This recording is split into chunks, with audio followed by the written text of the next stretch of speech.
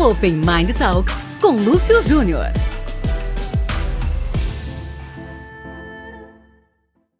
Olá pessoal, tudo bem?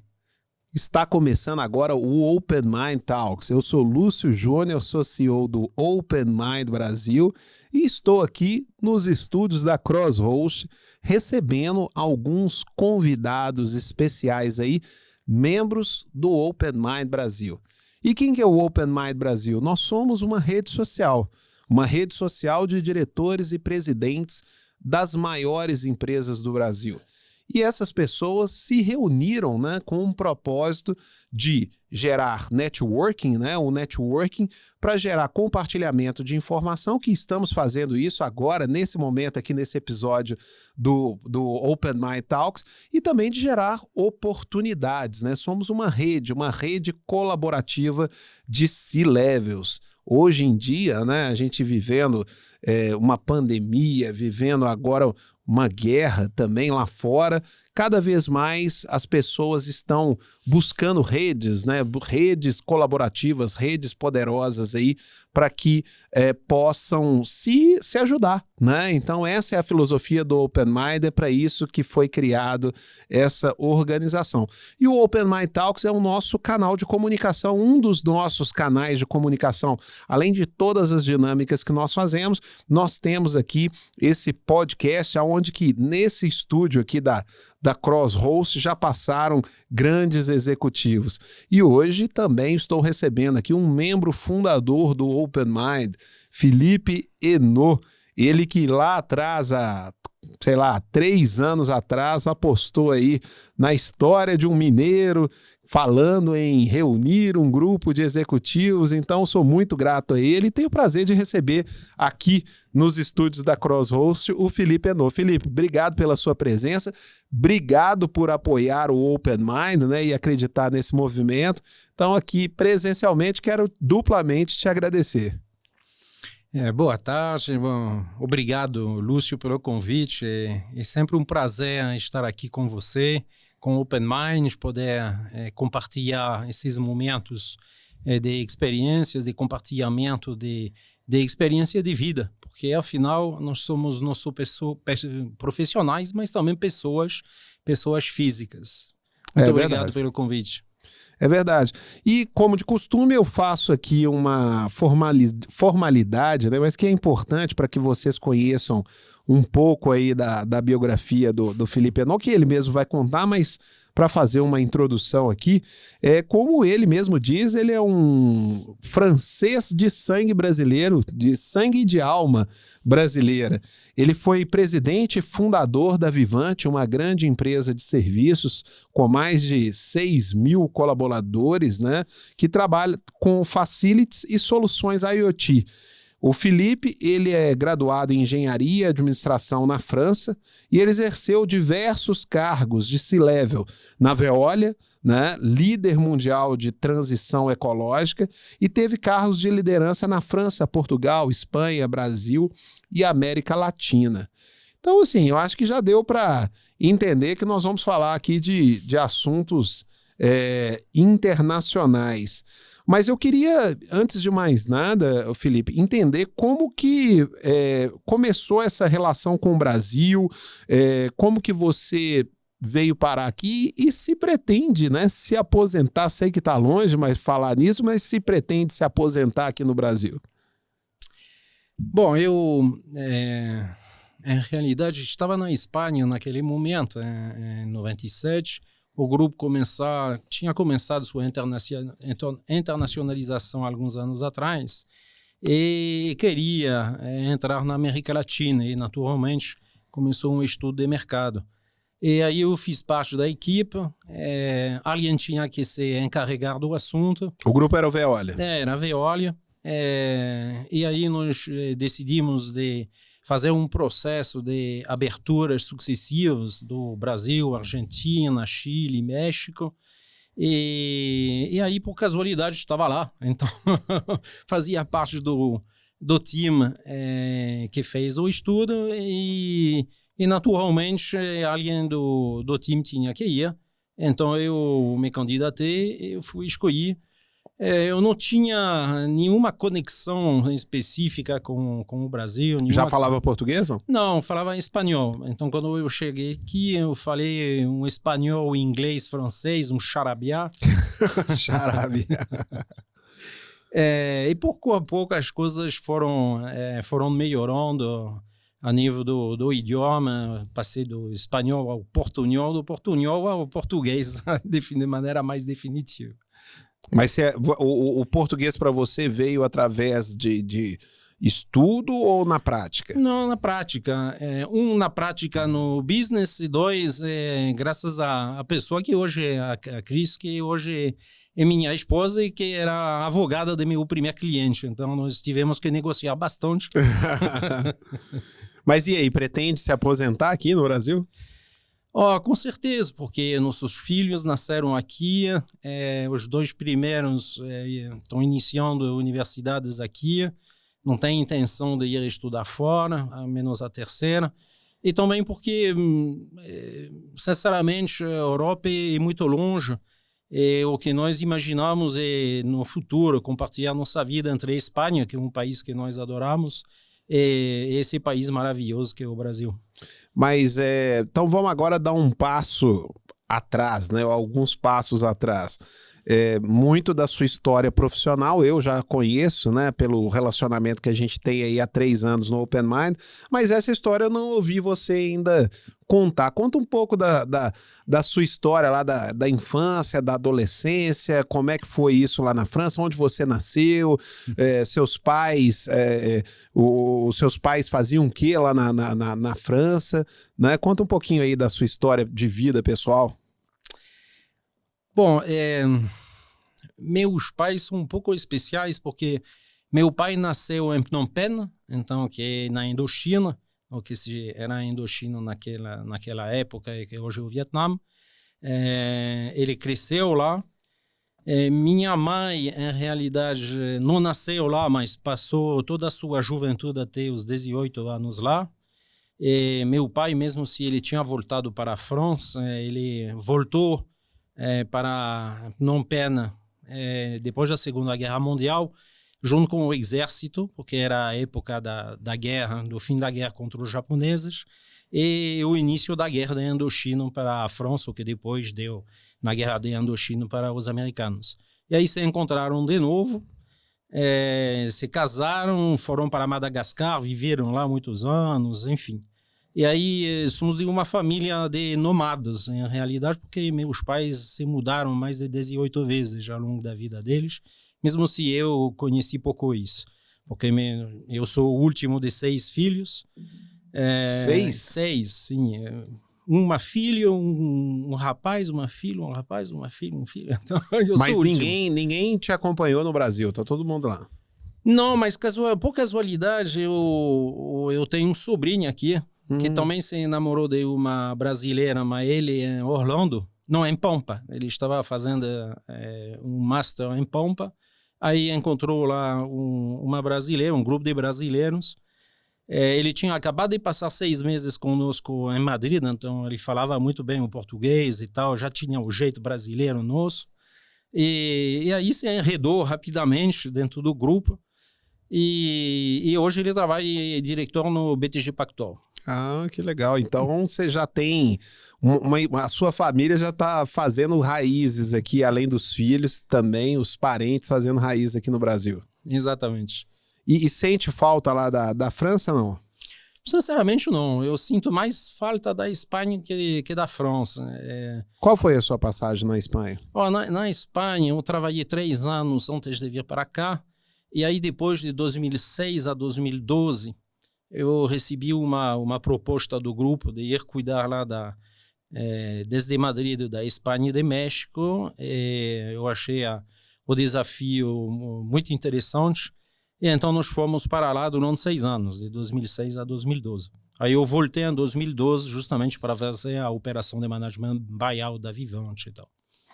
Ô Felipe, agora falando um pouco da questão profissional, você possui uma larga experiência aí em negociações, inclusive internacionais, né? Você passou por 15 processos de M&A, né? você poderia citar aqui para nós qual foi o seu maior desafio, né, ao todo aí nessa vasta experiência?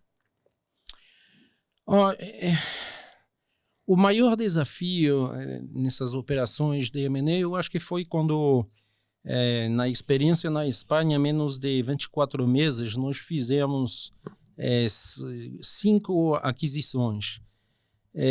Então foram negociações muito rápidas, aquisições uma atrás da outra. Então implica atrás um trabalho muito intenso de integração das empresas para trazer justamente todos esses colaboradores, esses novos executivos, dentro de uma cultura totalmente diferente da cultura que eles conheciam até agora. Empresas regionais, bem menores, familiares, e aos 4 cantos do país. Então, a Espanha tem uma dificuldade suplementar a outros países, é que lá todos os documentos da empresa têm que estar em catalão, em basco, em gallego e em castelhano.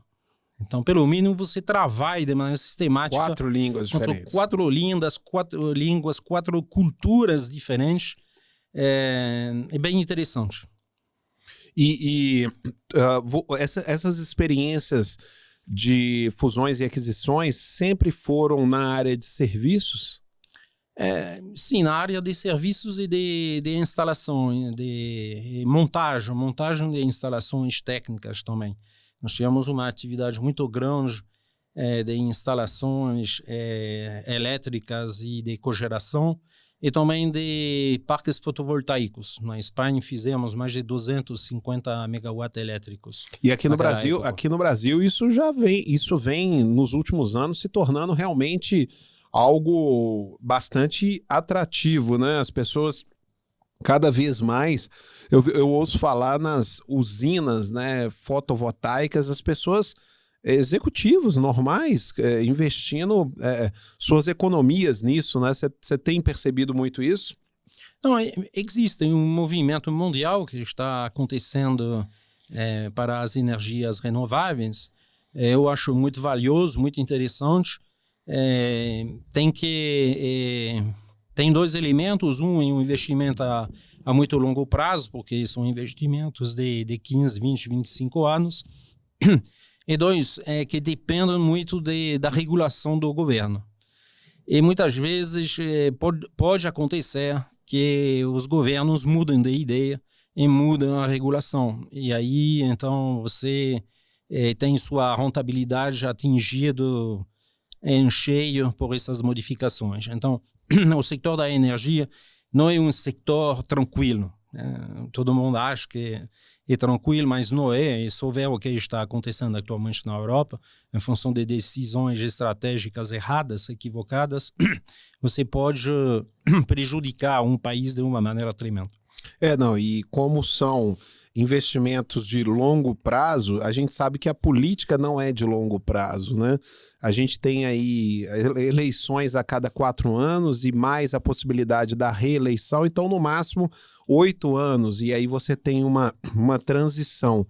É interessante essa sua visão, porque eu tenho escutado muito sobre oportunidades na área de energia fotovoltaica. Mas nós vamos falar mais sobre isso, mas vamos continuar aqui no assunto aí das fusões e aquisições, porque esse tema também é muito interessante, né? Porque também estamos passando por um período de M&As nas grandes organizações, de consolidação mesmo do mercado. E você que esteve à frente das negociações de companhias e etc., qual a melhor forma para concluir um processo desse de M&A sendo de forma satisfatória para os lados envolvidos? Bom, depende. Eu separaria isso em 2 grupos. Operações onde você vai adquirir 100% da organização, onde situação na qual seu peso específico é muito maior do que o alvo da operação de M&A. E aí, nesse caso, o elemento que conta, antes de tudo, é a velocidade da realização da operação, da negociação, de fechar, de fazer o closing dessa operação e também de conseguir fazer essa integração o mais rapidamente possível, de desconectar os sistemas da empresa, de conectar-se os novos sistemas e de conectar sua nova cultura. De novo, elemento cultural nessas operações é um elemento fundamental. Aí, quando você está querendo uma participação eventualmente majoritária mesmo, mas não a totalidade da participação, aí você tem que encontrar um certo equilíbrio. Você não pode tentar fazer a melhor operação, a melhor negociação. Tem que fazer a negociação mais confortável para todas as partes. É diferente, porque você vai ficar, em realidade, com o antigo acionista, que ele eventualmente vai ter um earnout daqui a alguns anos, eventualmente ele vai vender sua participação no futuro através de cláusulas de put ou de call, e aí você não pode estressar esse relacionamento, você precisa, ao contrário, cultivar esse relacionamento para que a integração se realize da melhor forma possível e que os futuros problemas, porque vão acontecer, porque vai ter problemas, e que os futuros problemas sejam resolvidos, tratados da melhor forma possível. E você percebe diferenças culturais, né, nessa relação aí de equilibrar a balança numa negociação, quando você está negociando com países diferentes? Ou seja, negociar um M&A, uma aquisição de uma empresa na Espanha, o empresariado tem a mesma cabeça, a mesma metodologia, a mesma filosofia do que o francês, do que o brasileiro, do que o inglês? Eu diria, tem alguns aspectos culturais na forma de negociar, eventualmente um pouco diferente, em termos de códigos que cada país ou cada cultura pode ter, mas ao final eu diria o processo acaba sendo o mesmo.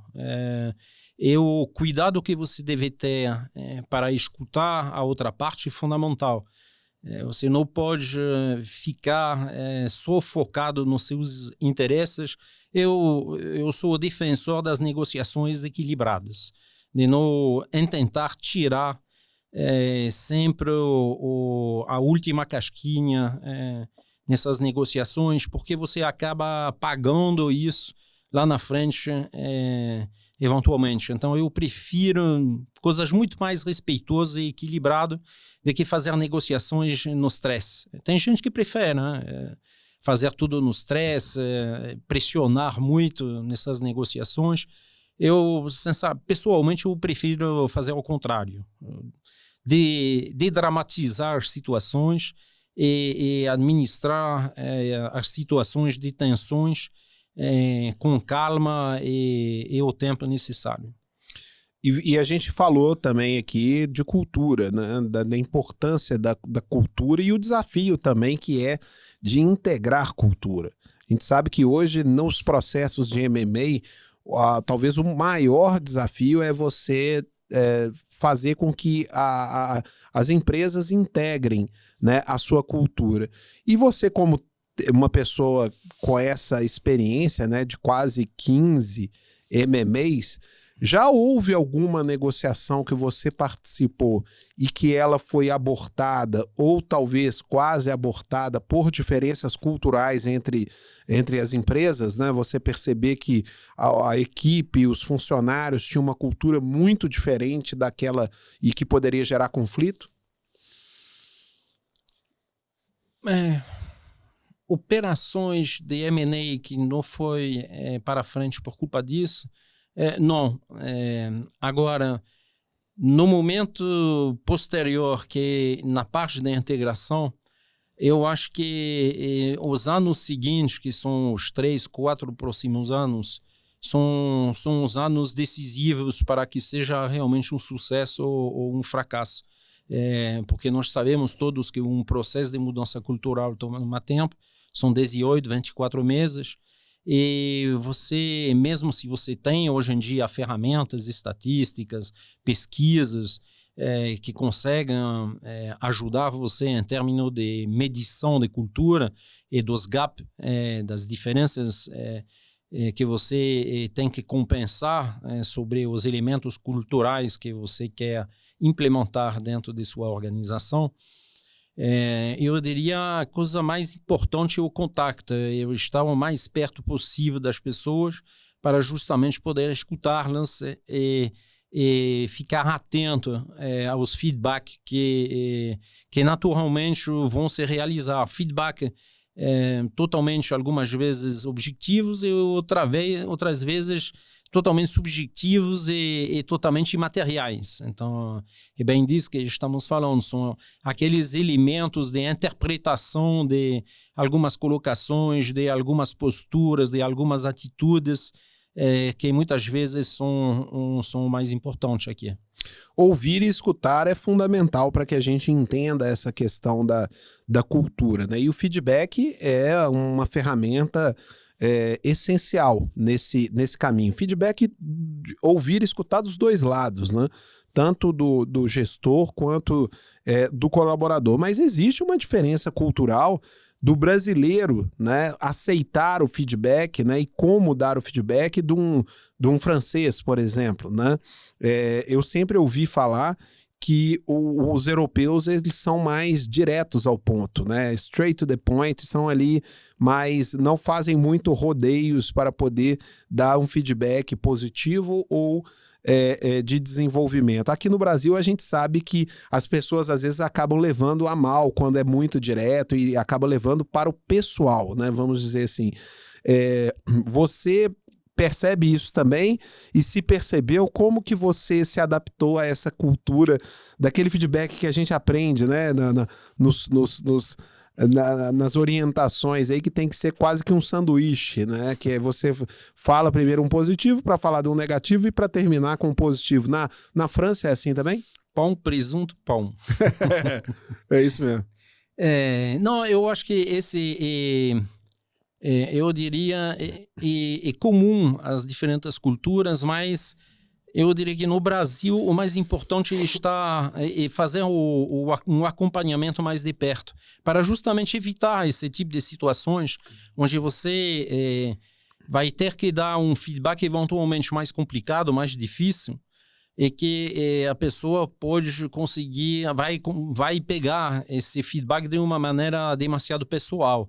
E para poder minimizar esse impacto, eu acho que o acompanhamento de mais de perto, do desenvolvimento da pessoa, do atingimento das metas, eu acho que toma toda a sua relevância aqui.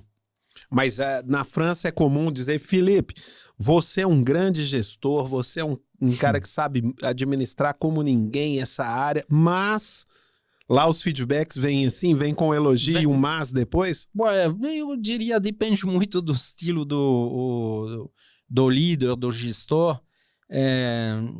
A cultura francesa é bem específica, é uma cultura onde a diferença de uma cultura anglo-saxona, por exemplo, americana. O americano, ele fala o que ele pensa, ele faz o que ele fala.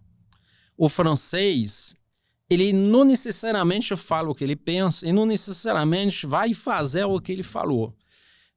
A coisa mais importante do que ele fala e do que a ação é o contexto no qual ele está falando ou fazendo uma coisa. Então, é como jogar num xadrez a 2 ou 3 níveis. Você tem um nível que está escondido aqui e você precisa decodificá-lo para poder entender exatamente o que a pessoa quis dizer numa situação dada e por que ela fez isso. Então, tem um elemento complicador. É por isso que nossos filmes são tão chatos, então não tem tantos filmes de ação, é mais filosóficos, orientados sobre a mente e sobre o ser humano, porque nós gostamos disso. É um grande elemento de cultura. E por isso que, em realidade, nessa cultura tipicamente francesa, o ser humano, o indivíduo numa organização é menos importante que o conjunto. Então, o indivíduo ele está sendo colocado à disposição do grupo e o grupo vai proteger ele. Então, é por isso que, estatisticamente, nas empresas francesas, a remuneração variável está muito menor que nas empresas americanas ou inglesas, por exemplo. Ô Felipe, e você tendo aí atuado como CEO de empresas de serviço, dessa questão de manutenção, eficiência energética, você atuou basicamente em grandes indústrias, né? E vendo hoje o cenário que a gente está vivendo aí, um cenário que eles estão chamando de indústria 4.0, uma transformação digital acelerada, como que você vê o desafio das organizações de acompanhar todo essa aceleração, né? Essa evolução tão acelerada que aconteceu? Como que as empresas acompanham tudo isso? Bom, toda a transformação digital, a indústria 4.0, essas novas tecnologias que estamos todos colocando à disposição das organizações e das pessoas, são um elemento fundamental do desenvolvimento das empresas e das sociedades como tudo. E aí é um assunto tão sério que ele não pode ser a responsabilidade de uma única pessoa ou de um único time. Então, por exemplo, muitas empresas, inicialmente, há alguns anos atrás, começaram nomeando um gerente, um diretor de transformação digital e achando que esse ia resolver a parada toda. Tá tudo no colo dele, né? Só que uma pessoa só não vai fazer nada.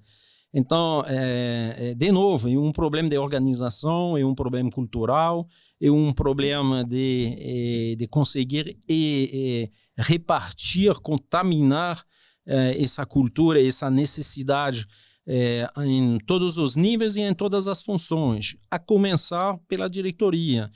Se a cabeça não está convencida e os níveis de médianos de management não estão convencidos e atuando, não vai funcionar. Então, significa que todo mundo tem que aderir, todo mundo tem que participar, todo mundo tem que atuar e ter objetivos para isso, para que realmente seja eficiente e que a organização e as pessoas como profissionais, mas também como pessoas físicas, conseguem obter um benefício dessas transformações. Uma transformação, né, digital, como a gente vem vendo aí no mundo, que foi muito acelerada pela pandemia, né? A digitalização, ela tornou-se cada vez maior durante e agora depois da pandemia. Se ela está depositada numa única cadeira e não em toda a organização, a gente tem ali talvez apenas um simbolismo só, né? Eu tenho um CTO, eu tenho uma cultura, mas na verdade aquilo ali não acontece. E por outro lado, Felipe, a gente está vendo aí que essa transformação digital, essa digitalização, ela vem exigindo cada vez mais profissionais especializados para poder lidar com máquinas, com tecnologias e etc.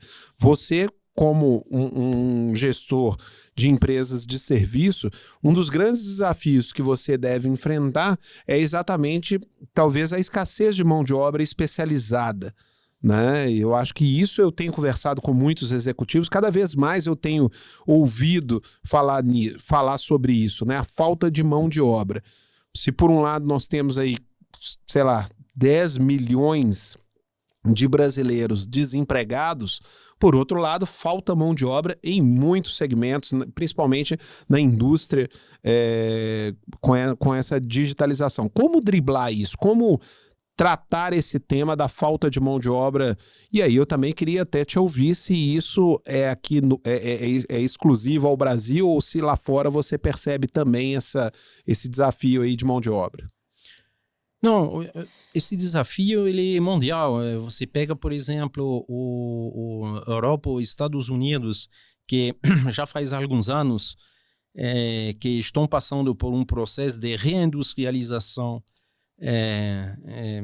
de seus territórios. Então, muitas empresas trazendo de volta fábricas para tanto os Estados Unidos que o continente europeu, em função de tudo o que nós conhecemos, de ter sido dependente da China, agora a dependência da Rússia, a dependência de logística marítima, então o nearshore versus o farshore, então trazer o mais perto possível agora de si uma série de elementos de fabricação.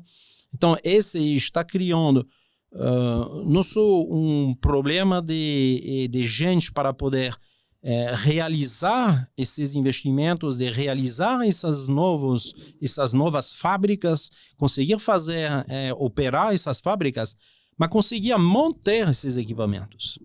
Então, e normalmente, todas essas intervenções de manutenção estão sendo realizadas no mundo industrial pelo tecido industrial que está ao redor da fábrica, das PMEs, das pequenas e medianas empresas. E se essas pequenas e medianas empresas não conseguiram fazer sua própria transformação digital, de fazer sua própria evolução de seus colaboradores, aí quem fez um investimento colossal dentro de uma fábrica de última geração, eventualmente vai ter depois um baita problema para poder operar a operação dessa fábrica no médio prazo, porque não vai ter ao redor as competências técnicas de suporte que ele sempre teve até agora. Então, ou ele vai ter que internalizar essas competências... O que torna mais caro. O que vai tornar mais caro, vai ser mais complexo, vai ser mais difícil. Ou então, tem que justamente conseguir desenvolver um tecido de empresas. Eu acho que os grandes industriais entenderam hoje em dia que eles têm também que conseguir fazer um desenvolvimento ao seu próprio redor. Sobre essa transformação digital de seus próprios fornecedores e de seus próprios subcontratistas. Da mesma forma que no setor automotivo, muitas vezes os próprios construtores ajudaram no passado seus fornecedores a fazer suas evoluções tecnológicas para poder se beneficiar de reduções de preço, de custo. O mundo da construção automóvel é especialista nisso. Então, eu acho que agora as outras empresas dos outros sectores industriais vão ter que fazer isso. Ajudar seus próprios fornecedores, ajudar seus próprios subcontratistas a fazer essa transformação digital, ajudar-lhes a encontrar as competências dentro dessas geografias. E aí, infelizmente, vai ter que fazer isso sozinho, porque não dá para esperar nada dos governos, pelo mínimo dos governos brasileiros. Investimento nos sistemas S, né? Sebrae, o muito SESI. Fraco. Muito fraco. Tem universidades muito competentes em muitas cidades do nosso país que estão muito preocupadas com isso e que estão formando os profissionais, mas infelizmente não é número suficiente. Então, quem vai poder se beneficiar desses profissionais formados são as empresas que vão desenvolver parcerias com essas universidades, parcerias não só de fachada, para justamente poder só captar os colaboradores o mais cedo possível, mas parcerias para ajudar seus laboratórios de pesquisa e desenvolvimento, de desenvolver, utilizar todos os benefícios da lei do bem para poder, junto com as universidades, desenvolver programas de inovação e que, naturalmente, vão conseguir atrair colaboradores com as competências desejadas.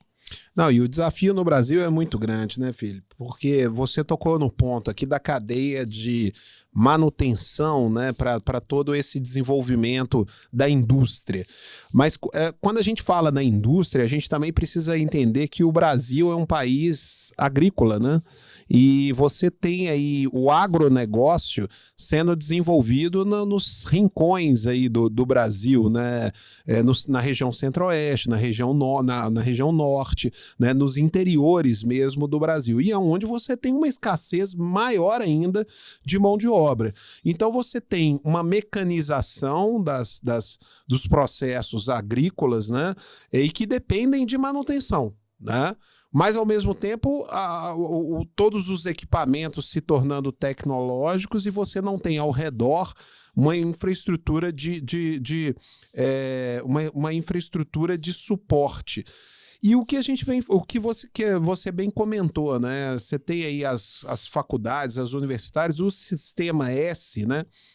Trabalhando com a capacitação da mão de obra, de forma profissionalizante, mas eu conversei também com algumas pessoas ligadas a esses órgãos do governo, e o grande desafio ele é mais profundo ainda, né? Porque o número nessas regiões de analfabetos, do analfabetismo, é muito grande.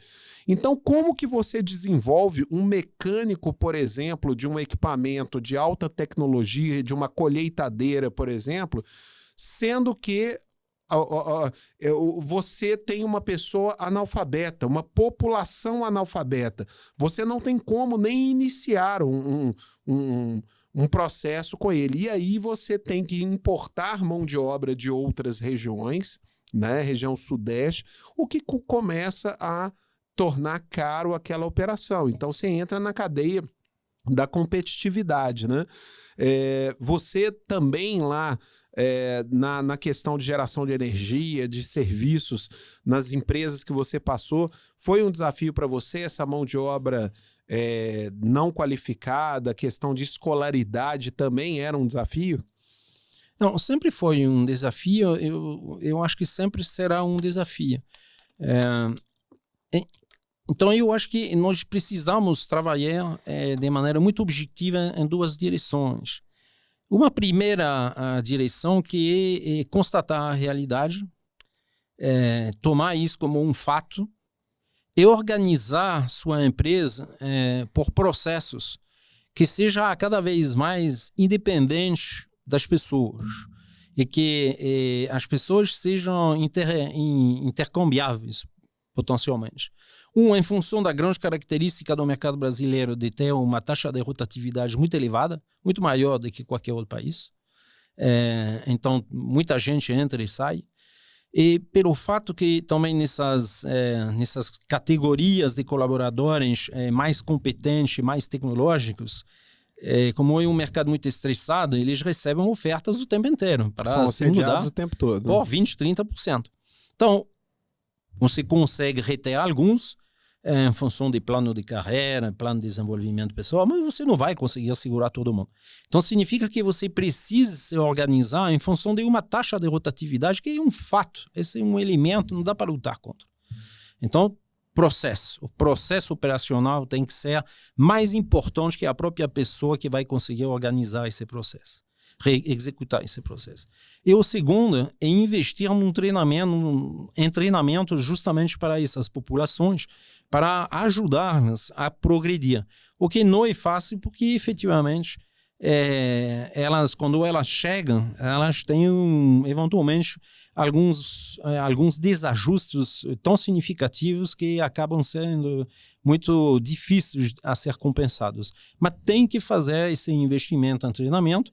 De qualquer maneira, se todos nós fazemos esses investimentos de formação e de treinamento, vamos conseguir elevar o nível de todos o mercado e de todos os colaboradores. Então, o fato de eventualmente, algumas empresas pensar, por que eu vou gastar muito dinheiro em treinamento se o cara vai embora?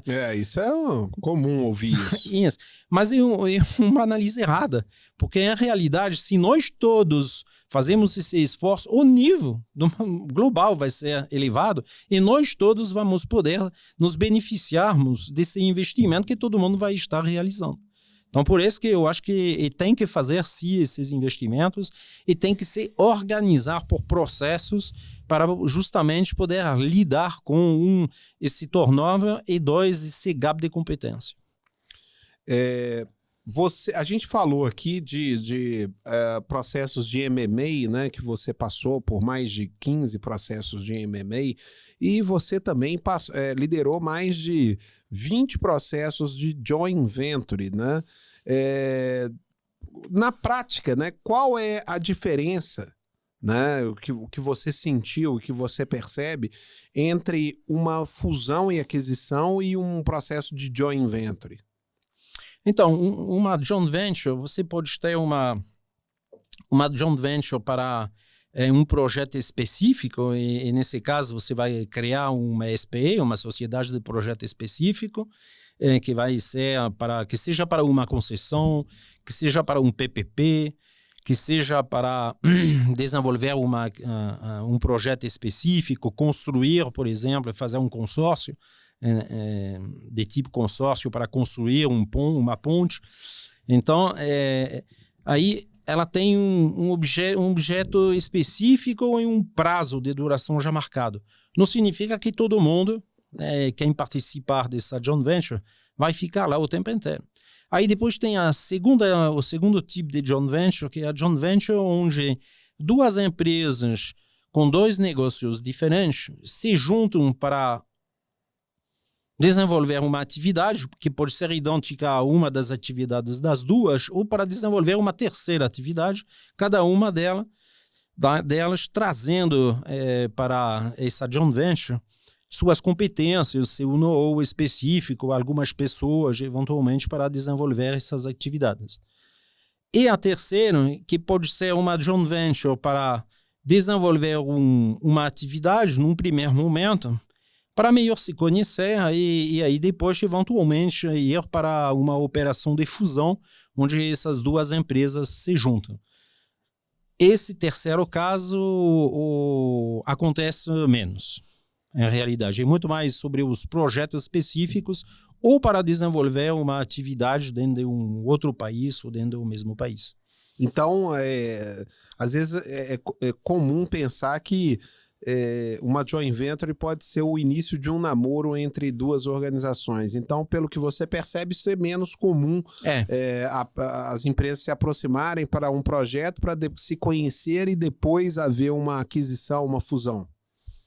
Sim, é menos comum duas empresas se juntaram para depois fusionar. Muito pouco. Acontece muito menos que duas empresas se juntando para desenvolver uma atividade. E o que pode acontecer é que depois de algum tempo, uma das empresas decida de realizar sua participação, ou porque mudou de estratégia, ou porque decidiu que a valorização da empresa, da joint venture conjunta, era muito interessante, era o momento dela sair. Enfim, normalmente tem um dos dois, depois de 5, 7, 8 anos, que decide sair. Ô, Felipe, conta para nós aqui qual foi e como foi o maior processo de fusão e aquisição ou joint venture aí que você passou na sua carreira.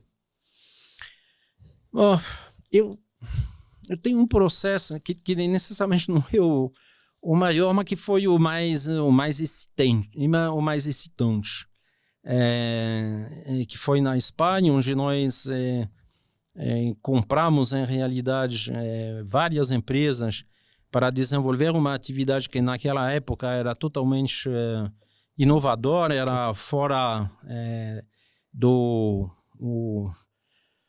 dos sectores tradicionais, que era, em realidade, a desenvolver uma cadeia de suministro de biomassa de madeira à base de eucalipto ou de pinho, para ou as centrais de energia que na Espanha produzem eletricidade queimando biomassa, e não só o cana-de-açúcar, porque ela tem muito pouco, mas queimando o eucalipto.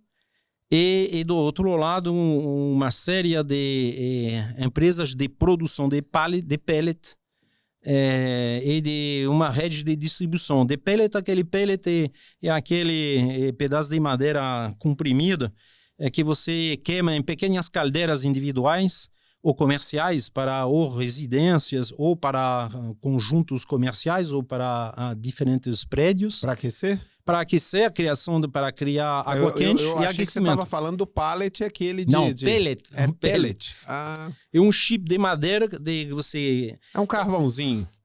Em realidade... Uma lenhazinha. E pó de madeira que você acaba comprimindo, normalmente que você acaba comprimindo para justamente poder fazer depois esse pedaço de madeira que tem um alto poder calorífico e então que você acaba queimando em pequenas caldeiras ou em cadeiras medianas. Eu acho que a gente vê isso naqueles acendedores de churrasqueira, né? Bom, mas esse não é exatamente madeira, esse é um outro produto. A Suzano teve um projeto há mais de 15 anos atrás de fazer uma usina de fabricação de pellet de mais de 1 milhão de toneladas na região de São Luís do Maranhão, se não me equivoco, para poder vender esse pellet depois para o Canadá, para o mercado canadense. E aí foi muito interessante porque eram empresas regionais, tínhamos o governo basco, tínhamos empresários locais, era totalmente inovador. Também nós montamos uma empresa de exploração florestal, onde nós tínhamos mais de 30 mil hectares, onde nós tínhamos que cortar a madeira, fazer um chip para depois ser queimado também em caldeiras comerciais. Então, foi muito interessante. Eram os 4 cantos do país, mas infelizmente nós tivemos a razão demasiado cedo. Algumas vezes o timing do negócio é fundamental, né?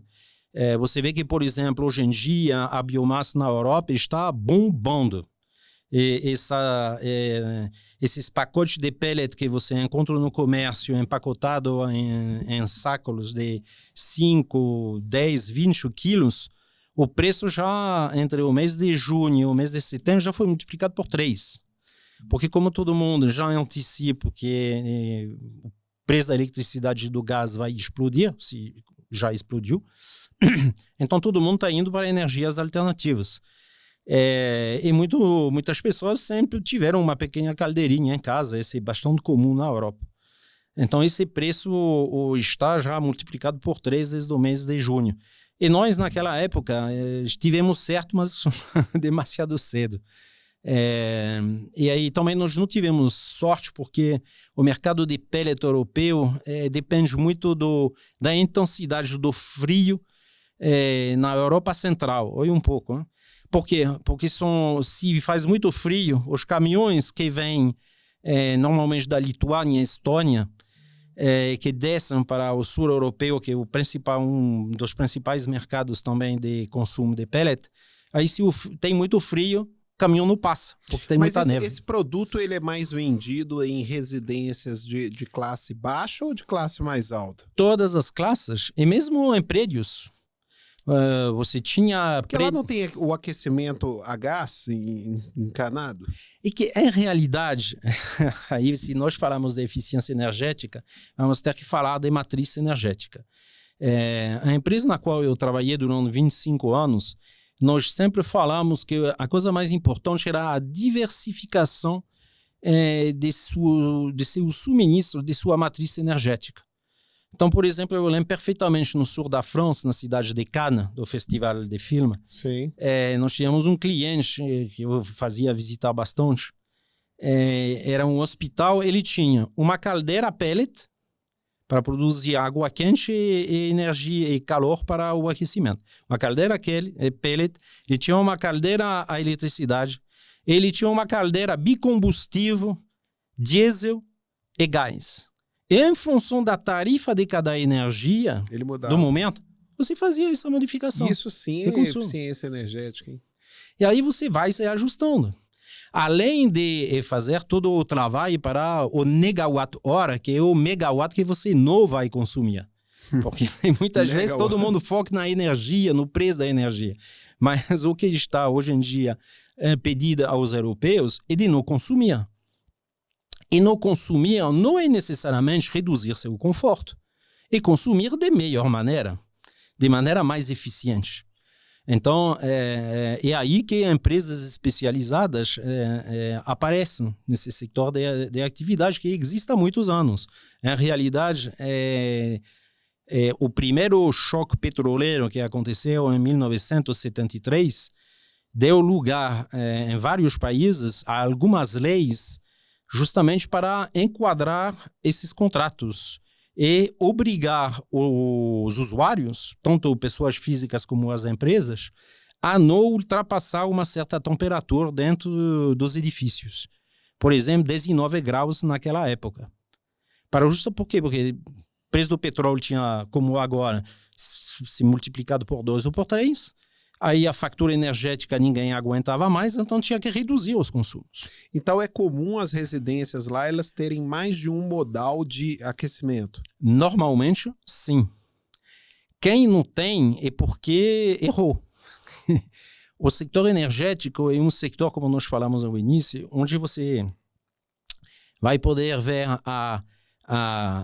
se você teve razão ao nível de ser um investimento ao longo de 25 anos, 30 anos. E aí você pode ter um álbum de imagem ou de alegria ou de tristeza, mas para ver o filme, você tem que ver o filme do início até o final para saber se deu certo ou não, porque é muito longo prazo. Então, lá você tem muitas soluções alternativas que você consegue mesclar para justamente abaixar seu custo. Então, o que a gente está vendo aí da guerra na Rússia e com a Ucrânia, que a Rússia é o maior fornecedor de gás para a Europa, e a gente sabe que esse gás ele é muito utilizado nas residências em função do inverno.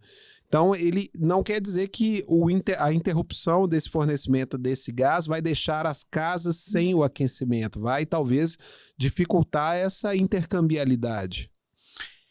Então, vai depender país por país, né? Porque a situação dos países europeus não é a mesma. A Alemanha efetivamente tomou algumas decisões lá atrás, muito radicais sobre sua matriz energética e foi desligando centrais nucleares para se conectar, e de carvão para se conectar fundamentalmente ao gás e às renováveis. E hoje está sendo atingido em cheio pela guerra e o corte de suministro. Mas eu acho que em todos os países, não vai faltar energia para a população, pode ter certeza. Tem planos de emergenciais que estão sendo colocados em funcionamento para justamente desligar algumas indústrias, e já fizeram priorização das indústrias, as indústrias já foram informadas, e também existem alguns contratos de consumo, tanto de gás e energia, que se chama effacement, onde a eliminação. Então, você aceita de ser desligado durante uma época, a partir do momento que você seja prevenido com 48 horas de antecedência. Claro, se você tem um processo industrial que o permite, onde você consegue desligar algumas máquinas, e aí você vai flexibilizando sua operação em função justamente desses desligamentos ou não. Mas sua tarifa, em função disso, sua tarifa elétrica e de gás é muito mais interessante. Esse estava sendo reservado exclusivamente para alguns grandes clientes industriais. Eu acho que é isso que vai acontecer de maneira geral, até o consumidor individual, porque tem todo o sentido do mundo. Se você sabe administrar seus consumos ao longo do dia, é normal que você seja recompensado por isso. Porque nós sabemos que a cada vez mais, se nós estamos indo para energias renováveis, que de momento são não estocáveis, eventualmente daqui 10, 15 anos teremos sistemas de estocagem de energia para essas tecnologias, mas de momento elas não existem, ou se elas existem não são rentáveis. Então, como você não pode estocar, então você tem que flexibilizar justamente os consumos e talar esse consumo ao longo do dia. Você tem que recompensar quem está fazendo esse esforço. Ô, Felipe, a gente está falando de transição energética, vamos falar de transição de carreira agora. Vamos mudar de transição. Se você me deixa, aí eu fico na hora vamos fazer uma transição da transição. Ao invés de falar de transição energética, vamos falar de transição de carreira. Porque você agora é conselheiro empresarial, né? Então é uma transição que muitos dos executivos que estão aqui nos ouvindo querem passar, né? Desejam ser um conselheiro. E isso sentar na cadeira de um conselho é uma mudança de mindset, né? De executivo para conselheiro. Na sua visão, qual é o maior desafio hoje de um conselheiro?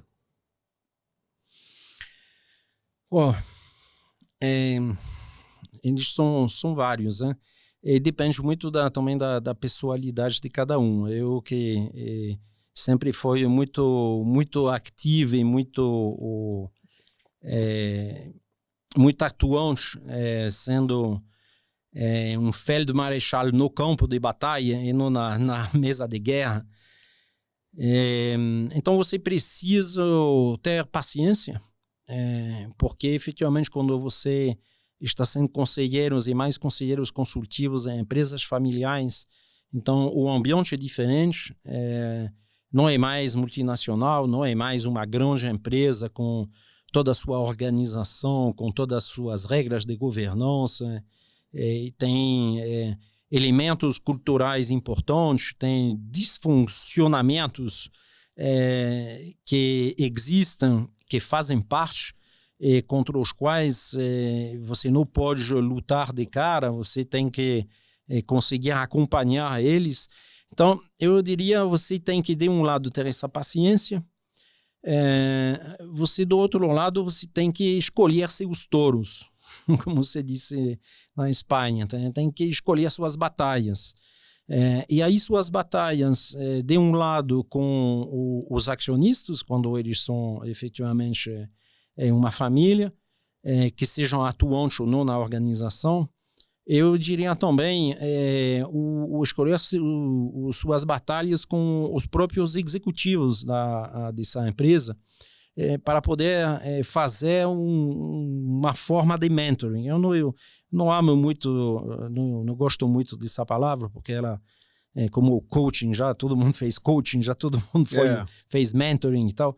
Em realidade, você tem que acompanhar um pouco os executivos para eles conseguirem progredir, porque muitas vezes eles estão lá já dentro desse ambiente familiar há 5, 10 anos, 15 anos, e aí eles têm alguns vícios, eles não viram alguns ares externos.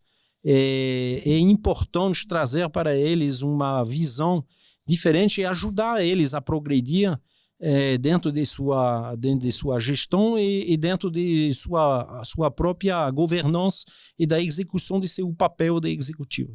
Então é importante, muitas vezes, você desvestir daqueles seus conceitos que você teve em grandes empresas, em grandes organizações, e olhar mais com a visão do executivo que está ali naquela cadeira de uma empresa familiar, que tem cultura, regras, tradições diferentes, né? Desmandos, às vezes, né? Que a gente sabe que isso acontece. Então, eu acho que esse é, de verdade, aí, um grande desafio, né? Para quem está transicionando aí de um CEO como você para a vida executiva e, às vezes, lidando com empresas de portes diferentes, né? Da que você atuou.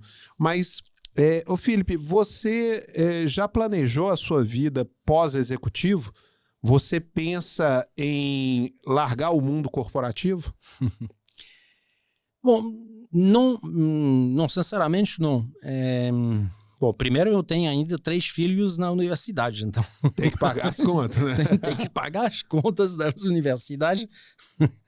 E uma vai ser fora, então vamos com calma. Mais ainda. Vamos com calma. Mas, independente disso, eu acho que tem ainda muitas coisas para trazer que seja justamente nessa função de conselho consultivo, compartilhar e conseguir retribuir de uma certa maneira ao mundo empresarial todas as experiências que eu consegui, que eu recebi de outras pessoas e dos negócios nos quais eu consegui me desenvolver. E do outro lado, eu mesmo estou atualmente negociando com fundos de private equity para um novo investimento, que tem a ver justamente com a indústria 4.0. Olha, vem novidades então, né? Que corresponda a comprar, realizar um processo de consolidação de mercado no setor das integradoras de sistemas de automação para desenvolver a principal plataforma de desenvolvimento e de implementação de soluções tecnológicas para a indústria 4.0 com a visão do chão de fábrica. Porque, tradicionalmente, os investidores institucionais sempre olham esse mercado da indústria 4.0 através das empresas de software, de transformação digital, e tudo acaba com um aplicativo. Eu sempre falo, através de uma caricatura, dá a impressão que tudo acaba num grupo de indianos lá em New Delhi desenvolvendo um software, e aí tem alguém lá aqui que faz uma implementação rapidinho e acabou. Essa é a transformação digital da indústria 4.0. Mas não é. São soluções tecnológicas, são células de robotização, tem equipamentos a conectar entre eles, tem linhas de produção a fazer funcionar da maneira mais eficiente. Então tem coisas materiais aqui que são tão importantes quanto o próprio software que está funcionando esse conjunto. Então, é por isso que minha abordagem é um pouco diferente de todas as outras teses de investimento, que acabou interessando 2 fundos de private equity aqui brasileiros, com quem eu estou atualmente negociando, e toco madeira. Vai funcionar. Isso é uma questão agora de semanas. Não tenho dúvidas. Quem já fez isso algumas dezenas de vezes é talvez um desafio a mais aí na sua carreira, e nós aqui do Open Mind, a gente está acompanhando de perto e torcendo aí para que a gente possa escutar uma notícia boa em breve. Mas é interessante fazer essa pergunta para você, porque eu converso muito, né, dentro do Open Mind com executivos, e eu percebo que as pessoas não planejam o fim, né, da carreira corporativa. E eu acho que isso acontece em todos os segmentos, né, com os atletas, né, que não planejam o fim da sua carreira, com, sei lá, músicos também, né, que não planejam também, mas eu vejo isso que os nossos colegas também, isso é comum.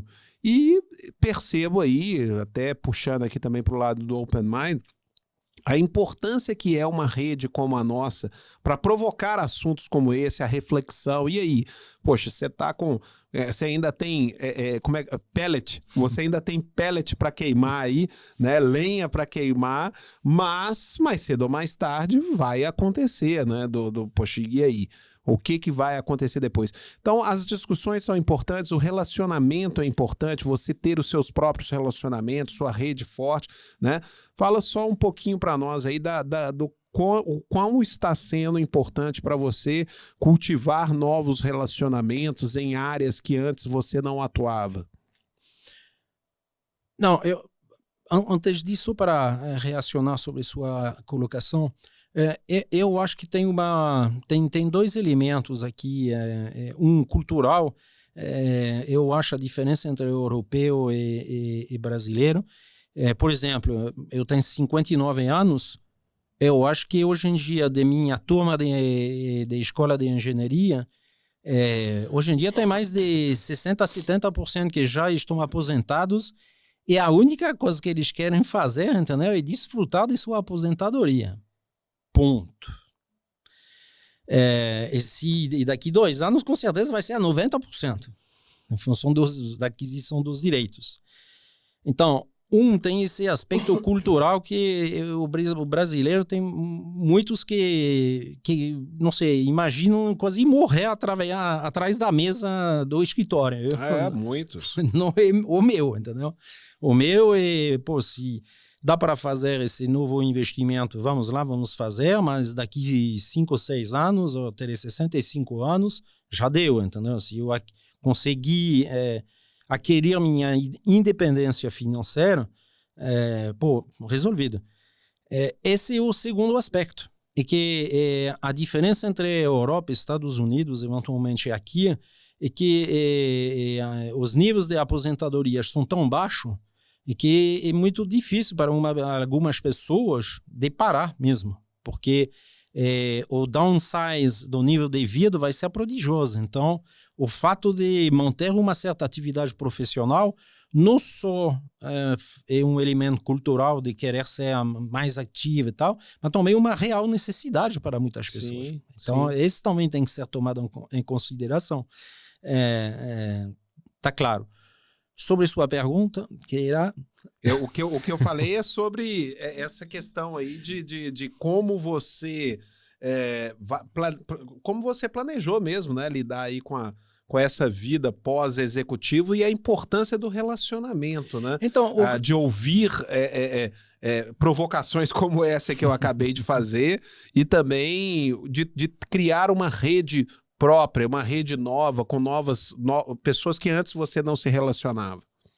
Então, eu acho que você está certíssimo. Todas as provocações que você está fazendo há quase 3 anos, a todos nós, independentemente desse nível de experiência ou não, e a obrigação que nós temos, quando foi durante o seu almoço sobre a saúde mental. Saúde mental, sim. No seu amigo que falou das bolas, a bola de caoutchouc, de plástico. Rogério Garrugo.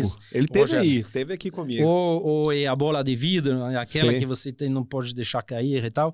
E, efetivamente, você tem que conseguir administrar várias bolas aqui. A bola da vida profissional, que é um elemento fundamental, porque ela faz bem para nós, para nossa mente, faz bem para nós como seres humanos. O segundo, que é a vida pessoal, a vida familiar.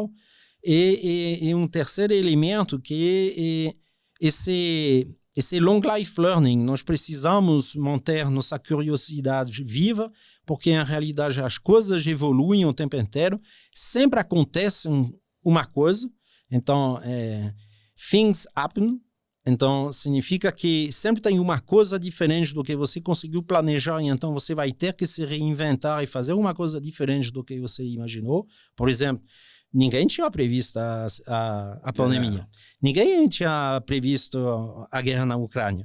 E aí todos nós precisamos nos readaptar a isso. Então você precisa para isso sempre estar se renovando e fazendo esses esforços de curiosidade, de adaptabilidade, para justamente não perder pé aqui, não ser totalmente destabilizado e eventualmente entrar num círculo, numa espiral no virtuoso, ao contrário, que pode levar você a elementos depressivos.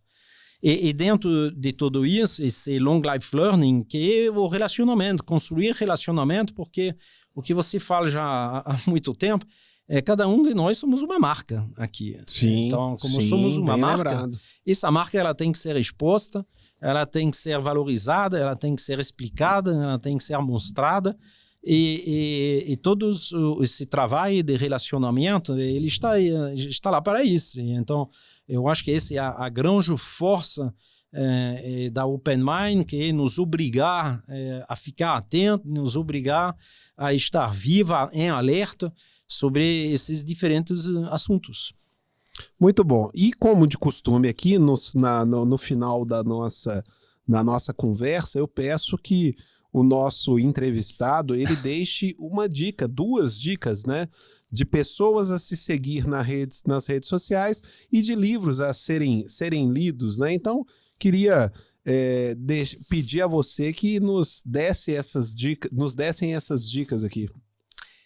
Bom, livros, eu confesso que eu li muito no passado, e infelizmente por culpa da internet, de iPhone, iPad e tudo isso, estou lendo a cada vez menos, mas os livros que realmente me marcaram nos últimos anos foram os livros do Yuval Harari. Então, o nosso historiano israelense que escreveu lá Sapiens, Homo Deus e 21 razões para o século XXI. Então, eu seria isso. Eu sou mais de YouTube atualmente. Então, como os mais antigos sabem, eu tenho um companheiro que é o Rodolfo, que é meu dálmata. O seu mascote. Que é meu mascote, com quem eu passo pelo mínimo 1 hora todo dia. Eu aproveito essa hora, e mais depois, quando eu vou na academia, para escutar muito o YouTube. E aí eu acompanho efetivamente muitas pessoas, eu acompanho muitos canais de economia, é um assunto que me apaixona, para o qual eu me apaixonei nos últimos anos. Eu acompanho o Fernando Ulrich, que é um economista liberal. Eu acompanho também o Juan Ramón Rayo, que é um economista espanhol. Eles se conhecem justamente os dois, são dois liberais. Eu acompanho um pouco diferente o canal o Economista Sincero, do Charles Vix. A economia sem enrolação, porra! Fenômeno, o Charles. Um fenômeno. Bom, mas eu acompanho, não sei, alguns canais, por exemplo, ultimamente, por culpa da guerra na Ucrânia, eu acompanho um canal que eu não sou militar, nunca me apaixonei pelo exército e a coisa militar, mas eu acompanho um canal hoje que eu acho muito bom sobre o acompanhamento da guerra, que hoje no mundo militar. Então, todo dia ele tem lá um clipe de 5, 6 minutos sobre a guerra na Ucrânia. Ele está acertadíssimo para tudo o que ele está falando já há vários meses. Em português, daqui, brasileiro. Hoje no mundo militar. Hoje no mundo militar. Muito bom. Enfim, eu acompanho uma emissão de futebol, El Chiringuito, que é a maior emissão de internet e televisão agora de futebol em língua espanhola, que é de Madrid, El Chiringuito, fantástico aqui, eu adoro. Eu sou do Real Madrid, então sou madrilenho, então é minha terra aqui, é minha praia. Aqui no Brasil você torce para qual time? Não torço. Não, eu torço pelo Real Madrid, já tá bom. Tá certo, é isso aí. Fiel, não me meto nessas histórias aqui. Não quero assumir risco. Muito bom. Felipe, foi um prazer conversar com você. Foi realmente muito interessante conhecer da sua história, uma história muito diversa e todas essas transições aí que você passou, compartilhar aqui conosco, foi um privilégio aí te ouvir, e você, mais uma vez, uma pessoa que eu tenho um carinho especial, uma pessoa que eu tenho uma gratidão, então recebê-lo aqui foi uma honra. Muito obrigado pela sua presença aqui nos estúdios da Crosshost. Não, muito obrigado. A honra é minha, Lúcio, e pode contar comigo para qualquer coisa. Tamo junto. Pessoal, também quero agradecer a vocês que acompanharam esse episódio aqui do Open Mind Talks. Espero que tenham gostado. E se gostou, né, curte aí, continua nos seguindo, porque toda semana nós vamos ter episódio novo aqui e gente desse nível aí do Felipe Henault compartilhando conhecimento. Então a gente se vê no próximo episódio do Open Mind Talks. Você ouviu Open Mind Talks, um oferecimento Crosshost.